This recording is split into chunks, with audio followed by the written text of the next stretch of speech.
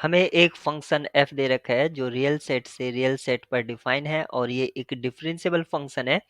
Differentiable है तो continuous होगा, साथ ही साथ हमें एक प्रॉपर्टी दे रखी है f0 इक्वल्स टू 0 और फंक्शन सभी x के लिए इस इनइक्वालिटीज को सेटिस्फाई करता है, यानी कि f प्राइम x वो 1 से ग्रेटर है और 2 से लेस है। आपसे पूछा गया है कि कौन से स्टेटमेंट ट्रू होगी 0 से इन्फिनिटी के लिए।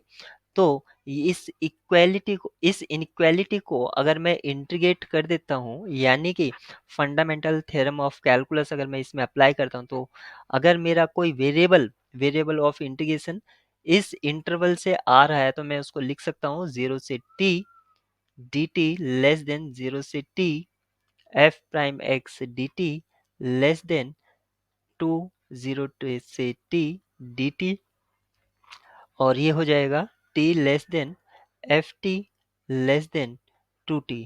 और t मुझे आ रहा था 0 से इन्फिनिटी से 0 टू इन्फिनिटी। अगर t इससे आ रहा है तो आप देख सकते हैं कि फंक्शन आपका राइट बाउंड नहीं है, यानी कि अनबाउंडेड है। ऑप्शन ए आपका ट्रू हो जाएगा, क्योंकि फंक्शन बाउंडेड नहीं है इसलिए ऑप्शन बी यहाँ पर फॉल्स हो जाएगा।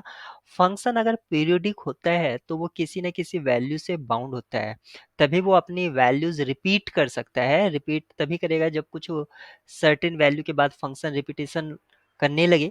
तो फंक्शन पीरियोडिक नहीं हो सकता है। और यहाँ से आप देख सकते हैं कि क्योंकि t आपका 0 से इन्फिनिटी से आ रहा है और फंक्शन की वैल्यू हमेशा t से बड़ी है, यानी कि कभी भी F A into F be less than 0 ये वाली कंडीशन आपको नहीं मिलेगी, यानी कि कोई ऐसा आपके पास सी एग्जिस्ट नहीं करेगा कि एफ सी इक्वल्स टू 0 हो जाए। तो ऑप्शन सी भी आपका यहाँ पर रोंग हो जाता है। Correct option is only A.